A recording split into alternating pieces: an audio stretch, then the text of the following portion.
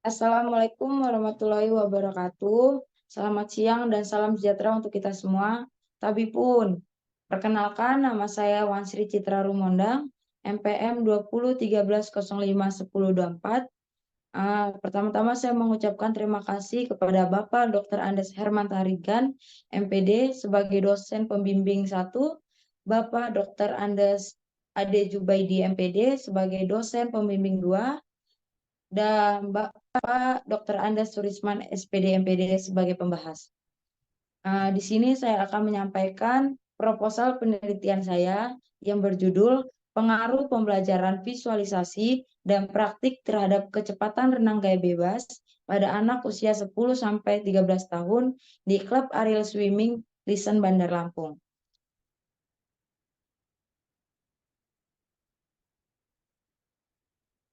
Latar belakang.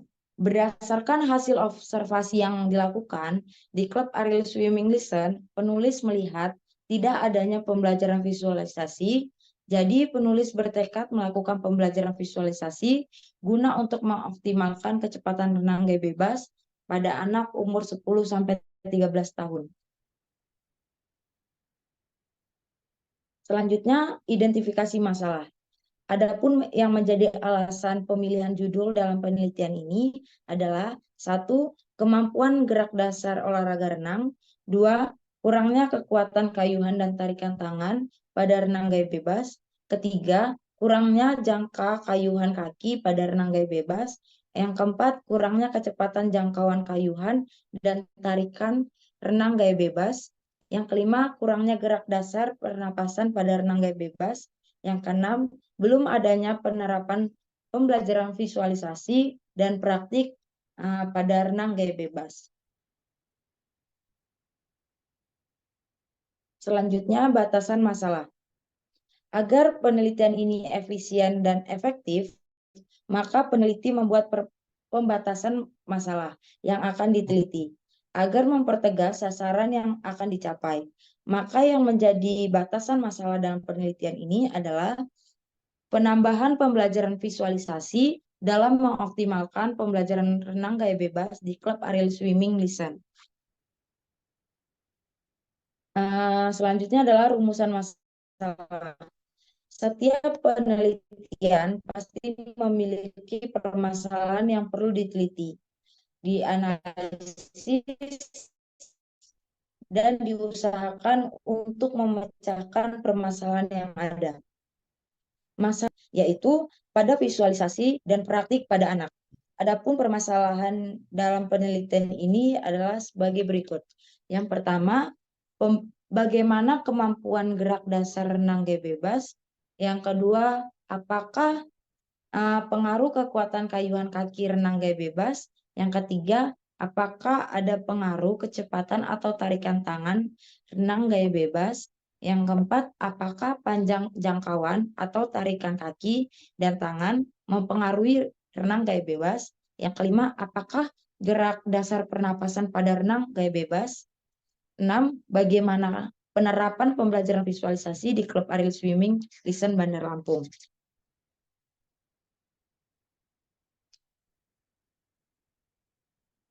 Selanjutnya adalah tujuan penelitian.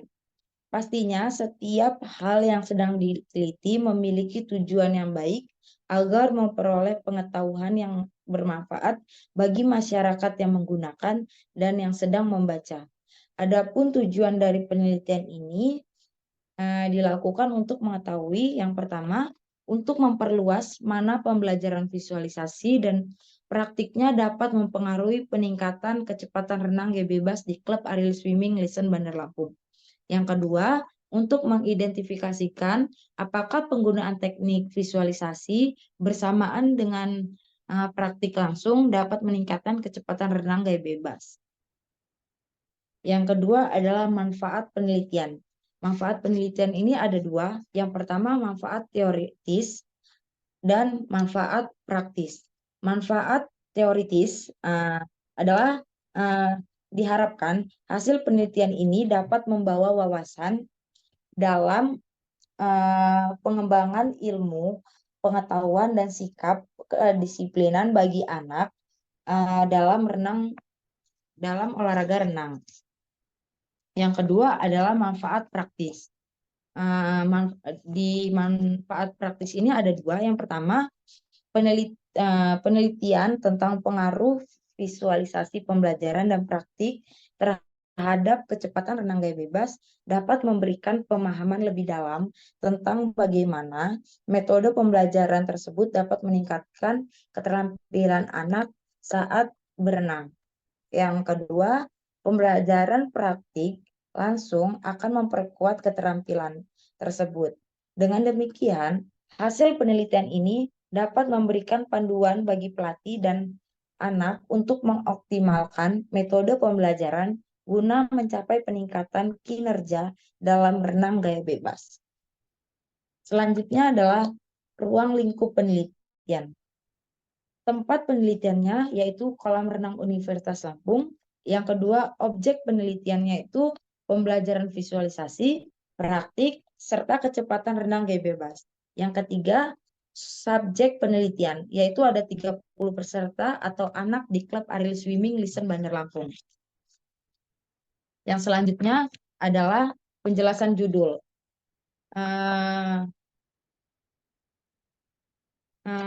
Penjelasan judul itu ada 5. Yang pertama, pengaruh, pembelajaran, visualisasi, praktik, dan kecepatan. Pengaruh menurut Norman Berry adalah suatu tipe kekuasaan agar bertindak dengan cara tertentu.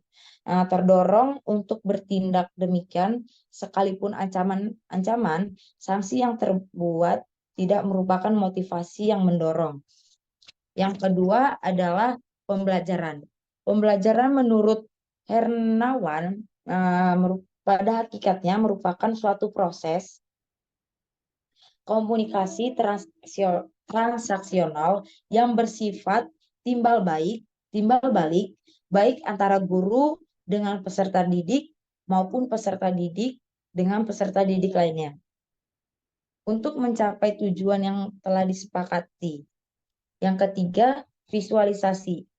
Visualisasi menurut Card adalah penggunaan media komputer sebagai alat pendukung dalam melakukan penggambaran visual interaktif agar dapat memperkuat pengamatan informasi yang dilakukan.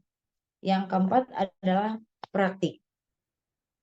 Praktik menurut Noto Atmojo adalah suatu sikap belum otomatis terwujud dalam suatu tindakan atau over behavior.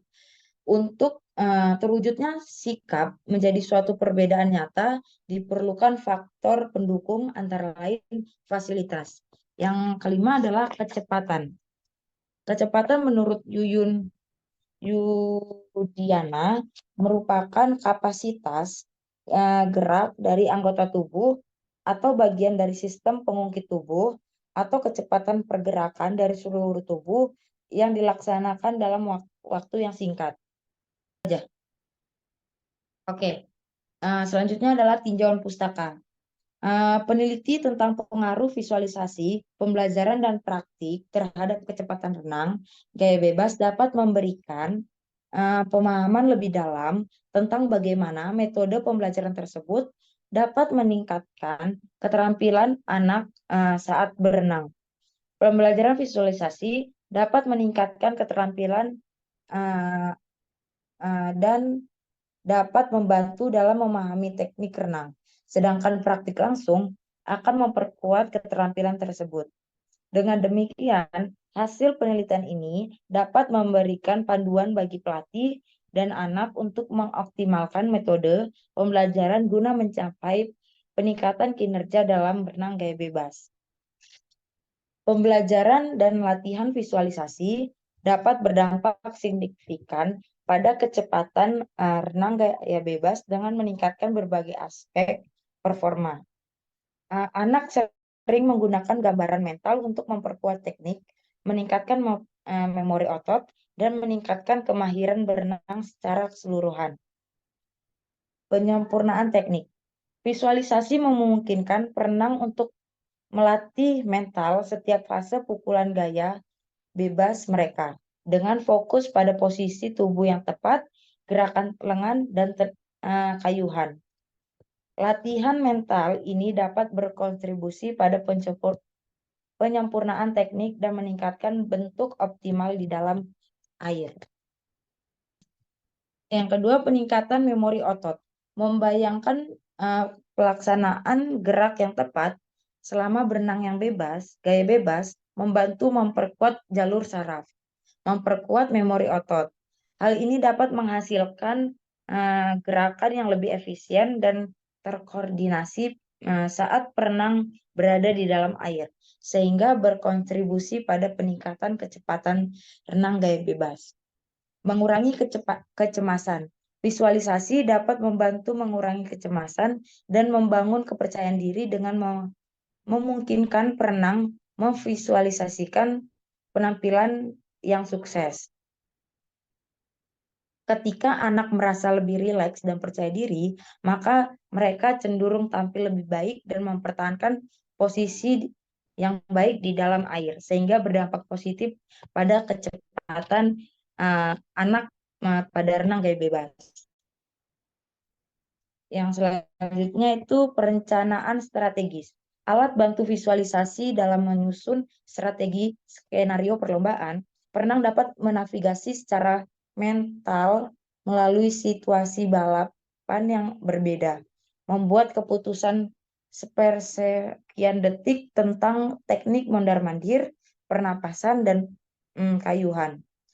Persiapan mental ini dapat diterjemahkan ke dalam manajemen perlombaan yang lebih baik dan pada akhirnya meningkatkan kecepatan berenang. Yang selanjutnya fokus konsentrasi. Latihan visualisasi meningkatkan kemampuan perenang untuk berkonsentrasi pada elemen kunci pukulan mereka. Peningkatan fokus dapat menghasilkan pemanfaatan energi yang lebih baik dan mengurangi hambatan di dalam air, sehingga Selanjutnya itu pencegahan cedera. Visualisasi dapat digunakan untuk melatih mental, teknik, pencegahan cedera, dan proses pemulihan.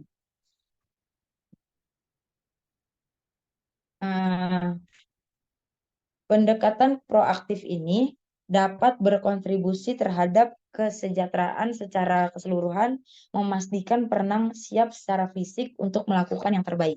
Singkatnya, pengaruh pembelajaran dan latihan visualisasi, terdapat kecepatan renang gaya bebas memiliki banyak segi. Dari menyempurnakan teknik hingga meningkatkan memori otot dan mengurangi kecemasan. Menggabungkan gambaran mental ke dalam harga bagi perenang yang ingin meningkatkan performa mereka di dalam air. Tujuan penelitian tersebut mencakup untuk memperluas mana pembelajaran visualisasi dan praktiknya dapat mempengaruhi peningkatan kecepatan renang gaya bebas. Penelitian ini dapat bertujuan untuk mengidentifikasi apakah pengguna teknik visualisasi bersama dengan praktik langsung dapat meningkatkan keterampilan teknis dan kecepatan renang pada anak. Slide selanjutnya. Kerangka berpikir. Pembelajaran visualisasi dan praktik memiliki pengaruh yang signifikan terhadap kecepatan renang gaya bebas. Berdasarkan penelitian yang dilakukan, pembelajaran berbantu video model latihan renang gaya bebas terbukti berpengaruh terhadap penguasaan dan kecepatan renang gaya bebas pada anak umur 10-13 tahun di klub Ariel Swimming Bandar Lampung. Selain itu, peneliti lain juga menunjukkan bahwa pembelajaran renang gaya bebas efektif untuk mengembangkan motorik dasar anak. Dengan demikian, dapat disimpulkan bahwa pembelajaran visualisasi dan praktik memiliki banyak dampak positif terhadap kecepatan renang gaya bebas. Yang selanjutnya, hipotesis. Hipotesis menurut para ahli merupakan pernyataan atau dugaan sementara yang digunakan untuk menjelaskan suatu fenomena atau hubungan antara variabel dalam penelitian ilmiah. Menurut Sutjana, Hipotesis adalah asumsi atau dugaan sementara tentang hal yang dibuat untuk menjelaskan suatu hal yang sering dituntut. Hipotesis juga berfungsi sebagai titik awal penelitian, membantu dalam verifikasi observasi, dan mengarahkan pernyataan ke arah yang benar dalam proses penelitian. Hipotesis yang diajukan dalam penelitian ini adalah H1, adanya pengaruh pembelajaran visualisasi terhadap kecepatan renang gaya bebas pada anak umur 10-13 tahun di klub Ariel Swimming Bandar Lampung. HO, tidak ada pengaruh pembelajaran visualisasi terhadap kecepatan renang gaya bebas pada anak umur 10-13 tahun di klub Ariel Swimming Listen Bandar Lampung. H2, ada pengaruh kecepatan renang gaya bebas pada anak umur 10-13 tahun di klub Ariel Swimming Listen Bandar Lampung. HO, tidak ada pengaruh kecepatan renang gaya bebas pada anak umur 10-13 tahun di klub Ariel Swimming Bandar Lampung.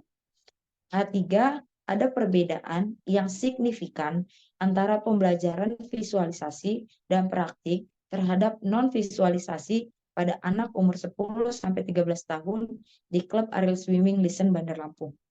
HO, tidak ada perbedaan yang signifikan antara pembelajaran visualisasi dan praktik terhadap non-visualisasi pada anak umur 10-13 tahun di klub Ariel Swimming Listen Bandar Lampung. Selanjutnya, metodologi penelitian. Metode penelitian merupakan metode yang dapat digunakan untuk penggunaan berbagai teknik, alat, dan pendekatan untuk mengumpulkan data dan informasi yang diperlukan dalam sebuah penelitian. Metode penelitian digunakan untuk menjawab pertanyaan penelitian atau menguji hipotesis yang telah diajukan. Metode dalam penelitian ini menggunakan metode penilaian eksperimen semu dengan desain berupa post-test control group design. Proses pelaksanaan penelitian dikelompokkan menjadi kelas eksperimen dan kelas kontrol.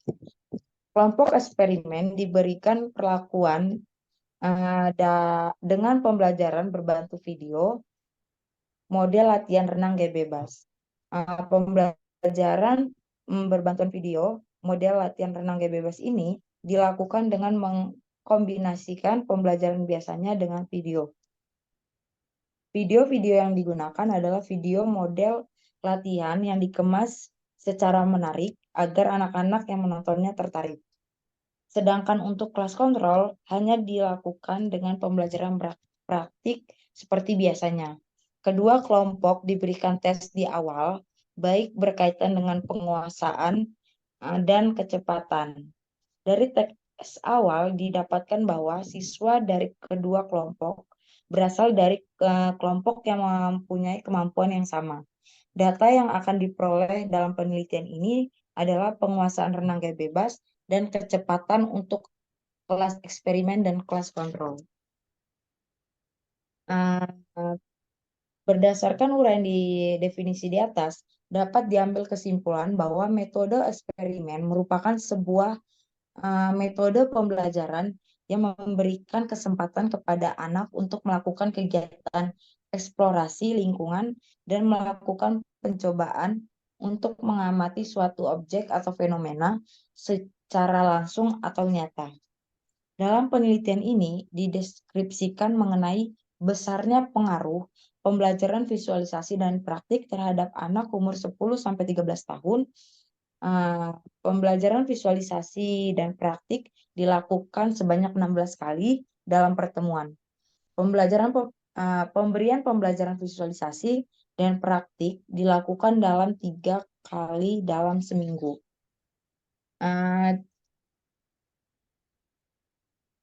Dalam metode penelitian ini ada jenis penelitian. Berdasarkan metode penelitian tersebut, peneliti menggunakan metode eksperimen. Metode eksperimen menurut Ari Kunto menggambarkan di dalam desain penelitian eksperimen observasi dilakukan sebanyak 2 kali, yaitu sebelum dan sesudah eksperimen. Observasi sebelum eksperimen disebut pretest, dan observasi sesudah eksperimen disebut posttest. Dalam hal ini, faktor yang diuji cobakan yaitu dengan cara menggunakan pembelajaran visualisasi, menggunakan video pembelajaran dan praktik di klub aerial swimming Lisen Bandar Lampung. Boleh di slide selanjutnya itu ada desain eksperimen. Nah, keterangannya, X itu adalah perlakuan pembelajaran visualisasi dan praktik. A1 itu nilai pretest kelompok eksperimen. A2 itu nilai post-test kelompok eksperimen. A3 itu nilai pretest kelompok kontrol. A4 itu nilai post-test kelompok kontrol. Back. Selanjutnya adalah populasi dan sampel. Populasi menurut Sugiono merupakan wilayah generalisasi terdiri atas objek atau subjek untuk dipelajari dan kemudian ditarik kesimpulannya. Dan menurut Ari Kunto, populasi itu merupakan keseluruhan subjek penelitian. Populasi dalam penelitian ini adalah anak umur 10 sampai 13 tahun di klub aerial swimming Lisen Bandar Lampung yang berjumlah 30 orang. Nah, sampel menurut Sugiono adalah bagian dari jumlah dan karakteristik yang dimiliki oleh populasi tersebut. Dengan demikian, sampel merupakan bagian dari populasi. Mengenai besarnya sampel yang cukup populasi. Menurut Arikunto, sampel adalah pesertanya itu tidak lebih dari 100 orang, sehingga penelitian ini merupakan penelitian populasi dan sampel penelitian ini adalah umur anak 10 sampai 13 tahun di klub aerial swimming Lisen Bandar Lampung. Oke. Selanjutnya adalah desain penelitian. Menurut Sugiono, desain penelitian merupakan suatu rencana atau skenario yang digunakan untuk mengumpulkan data dengan tujuan menjawab pertanyaan penelitian atau menguji hipotesis. Desain penelitian melibatkan pemilihan metode, teknik pengumpulan data, serta langkah-langkah yang akan diambil dalam proses penelitian. Desain penelitian yang digunakan dalam penelitian ini adalah dengan desain berupa pretest dan post-test desain. Desain ini terdapat pretest sebelum diberi perlakuan, dengan demikian hasil perlakuan dapat diketahui lebih akurat karena dapat membandingkan hasil sebelum diberi perlakuan. Desain penelitian dapat digambarkan sebagai berikut. Next. Boleh kita lihat di PPT desain penelitiannya. P itu adalah populasi, S itu adalah sampel, pretest itu tes renang gaya bebas 25 meter, OP itu adalah ordinal pairing perkelompokan, kelompok 1 itu adalah kelompok eksperimen, K2 itu adalah kelompok kontrol, treatment A itu maksudnya adalah kelompok eksperimen latihan yang menggunakan pembelajaran visualisasi berupa video. Treatment B itu adalah tidak diberikan perlakuan atau tidak menonton video. Post test itu adalah tes akhir renang gaya bebas 25 meter. Dijelaskan bahwa semua sampel diberikan tes di awal, yaitu langsung berenang 25 meter untuk melihat kemampuan anak berenang serta mengelompokkan mereka. Dari data tersebut, penulis dapat mengetahui kondisi awal pada anak umur 10-13 tahun di klub aerial swimming Lisen Bandar Lampung tersebut. Kemudian dilakukan pembagian kelompok berdasarkan kemampuan kecepatan. Selanjutnya dibagi menjadi 2 kelompok mengenai ordinal printing. Patokan dengan hasil ranking agar semua kelompok berisikan sampel yang sama rata akan tingkat skor yang didapat. Nah, back kita lihat itu adalah ordinal pairing. Ya, di gambar 16 itu adalah ordinal pairing. Nah, kemudian setelah dikelompokkan sama rata, tingkat skor yang didapatkan, sampel diberikan perlakuan atau treatment sesuai dengan kelompok yang dibagi tadi. 15 orang langsung praktik dan selama 16 kali pertemuan yang satu kelompok lagi diberi tambahan pembelajaran visualisasi dengan memberi video pembelajaran renang. Nah, setelah mereka menerima perlakuan sesuai dengan waktu yang telah ditentukan, semua sampel diberikan tes akhir yang pelaksanaannya sama dengan tes awal untuk semua kelompok agar diketahui adanya pengaruh atau tidak adanya pengaruh terhadap pembelajaran visualisasi dan praktik dengan cara membandingkan hasil data angka dari tes awal dan akhir. Variabel penelitian. Menurut Sugiono, variabel penelitian adalah suatu atribut atau sifat atau nilai dari objek kegiatan yang mempunyai variasi tertentu yang diterapkan oleh peneliti untuk dipelajari, kemudian ditarik kesimpulan. Penelitian ini terdapat dua variabel, yaitu variabel bebas dan variabel terikat.